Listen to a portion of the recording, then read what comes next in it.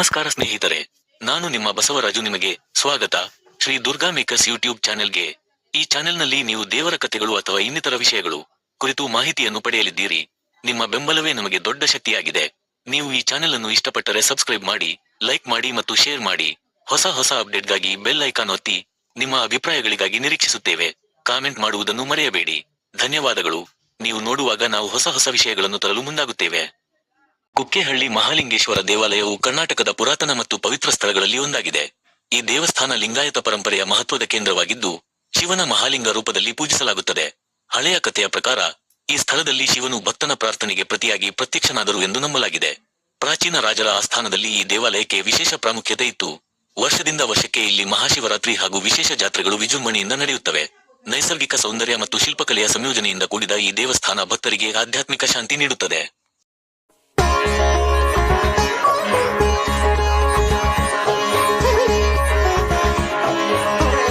ಕುಕ್ಕೆಹಳ್ಳಿ ಎಂಬ ಹೆಸರಿನ ಹಿಂದಿನ ಕಥೆ ಪೌರಾಣಿಕ ಮತ್ತು ಐತಿಹಾಸಿಕ ಅಂಶಗಳನ್ನು ಹೊಂದಿದೆ. ಪ್ರಾಚೀನ ಕಾಲದಲ್ಲಿ ಈ ಪ್ರದೇಶದಲ್ಲಿ ಕುಕ್ಕೆಗಳು, ಪೂರ್ಣವಾದ ಪಂಜರುಳ್ಳಿದ ಕೋಳಿಗಳು ಬಹಳ ಸಂಖ್ಯೆಯಲ್ಲಿ ಕಂಡುಬಂದಿದ್ದವು ಎಂದು ಹಲವರು ನಂಬುತ್ತಾರೆ. ಈ ಕಾರಣದಿಂದ ಈ ಊರನ್ನು ಕುಕ್ಕೆಹಳ್ಳಿ ಎಂದು ಕರೆಯಲಾಯಿತು. ಇನ್ನೊಂದು ನಂಬಿಕೆಯ ಪ್ರಕಾರ ಈ ಊರಿನಲ್ಲಿ ಶಿವಭಕ್ತರು ದೈವಿಕ ಸೇವೆಗೆ ಮುಡುಪಾಗುತ್ತಿದ್ದ ಕಾರಣ ಈ ಸ್ಥಳವನ್ನು ಪವಿತ್ರ ಕ್ಷೇತ್ರವಾಗಿ ಪರಿಗಣಿಸಲಾಗಿತ್ತು. ಶಿವನ ಮಹಾಲಿಂಗೇಶ್ವರ ರೂಪದ ಪ್ರತಿಷ್ಠಾಪನೆಯ ನಂತರ ಇದು ಪ್ರಮುಖ ತೀರ್ಥಕ್ಷೇತ್ರವಾಯಿತು. ಹೀಗೆ ಕುಕ್ಕೆಹಳ್ಳಿ ಎಂಬ ಹೆಸರಿನ ಹಿಂದಿನ ಮೂಲ ದೈವಿಕ, ಪೌರಾಣಿಕ ಮತ್ತು ಸ್ಥಳೀಯ ನಂಬಿಕೆಗಳು.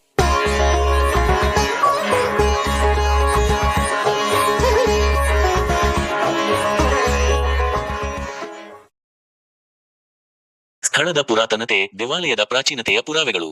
ಕುಕ್ಕೆಹಳ್ಳಿ ಮಹಾಲಿಂಗೇಶ್ವರ ದೇವಾಲಯವು ಅನೇಕ ಶತಮಾನಗಳ ಹಿಂದಿನ ದೈವಿಕ ತೀರ್ಥಕ್ಷೇತ್ರವಾಗಿದ್ದು, ಇದರ ಐತಿಹಾಸಿಕ ಹಿನ್ನೆಲೆ ಬಹಳ ಪ್ರಾಚೀನವಾಗಿದೆ. ಈ ದೇವಾಲಯದ ಬಗ್ಗೆ ಹಲವಾರು ಪುರಾಣಗಳು ಮತ್ತು ಶಾಸನಗಳಲ್ಲಿ ಉಲ್ಲೇಖವಿದೆ. ಕೆಲವು ಪಂಡಿತರು ಹೇಳುವ ಪ್ರಕಾರ ಇದು ಹಳೆಯ ಚೋಳ, ಹೊಯ್ಸಳ ಅಥವಾ ವಿಜಯನಗರ ಸಾಮ್ರಾಜ್ಯದ ಕಾಲದಲ್ಲಿ ನಿರ್ಮಿಸಲಾದ ದೇವಾಲಯವಾಗಿರಬಹುದು. ಶಿಲಾಶಾಸನಗಳು ಮತ್ತು ಪುರಾತನ ಶಿಲ್ಪವಸ್ತುಗಳು ಇದರ ವಯಸ್ಸನ್ನು ಸ್ಪಷ್ಟಪಡಿಸುತ್ತವೆ. ಈ ಪ್ರದೇಶವು ಪ್ರಾಚೀನ ಕಾಲದಿಂದಲೂ ಶಿವಭಕ್ತರಿಗೆ ಆಧ್ಯಾತ್ಮಿಕ ಕೇಂದ್ರವಾಗಿದ್ದು, ಶಿವನ ಪರಮಾನುಗ್ರಹವನ್ನು ಪಡೆಯಲು ಭಕ್ತರು ಇಲ್ಲಿ ತಪಸ್ಸು ಮಾಡುತ್ತಿದ್ದರು.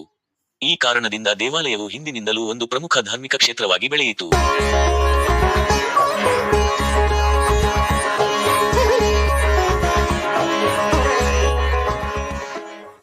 ಅರ್ಚನೆ ಪ್ರಾರಂಭ. ಶಿವಲಿಂಗ ಸ್ಥಾಪನೆಯ ಹಿಂದಿನ ಕತೆ. ಕಳೆದ ಹಲವು ಶತಮಾನಗಳ ಹಿಂದೆ ಕುಕ್ಕೆಹಳ್ಳಿ ಎಂಬ ಈ ಪ್ರದೇಶದಲ್ಲಿ ಶಿವಭಕ್ತನೊಬ್ಬ ತಪಸ್ಸು ಮಾಡುತ್ತಿದ್ದನು. ಅವನು ಸದಾಶಿವನ ಧ್ಯಾನದಲ್ಲೇ ಮುಳುಗಿ ಅವನ ಸೇವೆಗೆ ತನ್ನ ಜೀವನವನ್ನು ಮೀಸಲಿಟ್ಟಿದ್ದನು. ಒಂದು ದಿನ ತಪಸ್ಸಿನ ವೇಳೆ ಅವನಿಗೆ ಭಗವಾನ್ ಶಿವನು ಕನಸಿನಲ್ಲಿ ಕಾಣಿಸಿಕೊಂಡರು ಮತ್ತು ಈ ಸ್ಥಳದಲ್ಲಿ ತನ್ನ ಲಿಂಗ ರೂಪದಲ್ಲಿ ಪ್ರತಿಷ್ಠೆಯಾಗುವ ಸೂಚನೆಯನ್ನು ನೀಡಿದರು. ಈ ದೈವಿಕ ಸೂಚನೆಯಂತೆ ಭಕ್ತನು ಶಿವಲಿಂಗವನ್ನು ಆಲಯದಲ್ಲಿ ಪ್ರತಿಷ್ಠಾಪಿಸಲು ತೀರ್ಮಾನಿಸಿದನು. ಈ ಲಿಂಗ ಪ್ರತಿಷ್ಠಾಪನೆಯ ಬಳಿಕ ಊರಿನ ಜನರು ಶಿವನಿಗೆ ದಿನನಿತ್ಯ ಪೂಜೆ ಮಾಡಲಾಗುತ್ತಿತ್ತು. ಇದರಿಂದ ಕುಕ್ಕೆಹಳ್ಳಿ ಮಹಾಲಿಂಗೇಶ್ವರ ದೇವಾಲಯವು ಧಾರ್ಮಿಕ ಕೇಂದ್ರವಾಗಿ ಬೆಳೆದಿತು.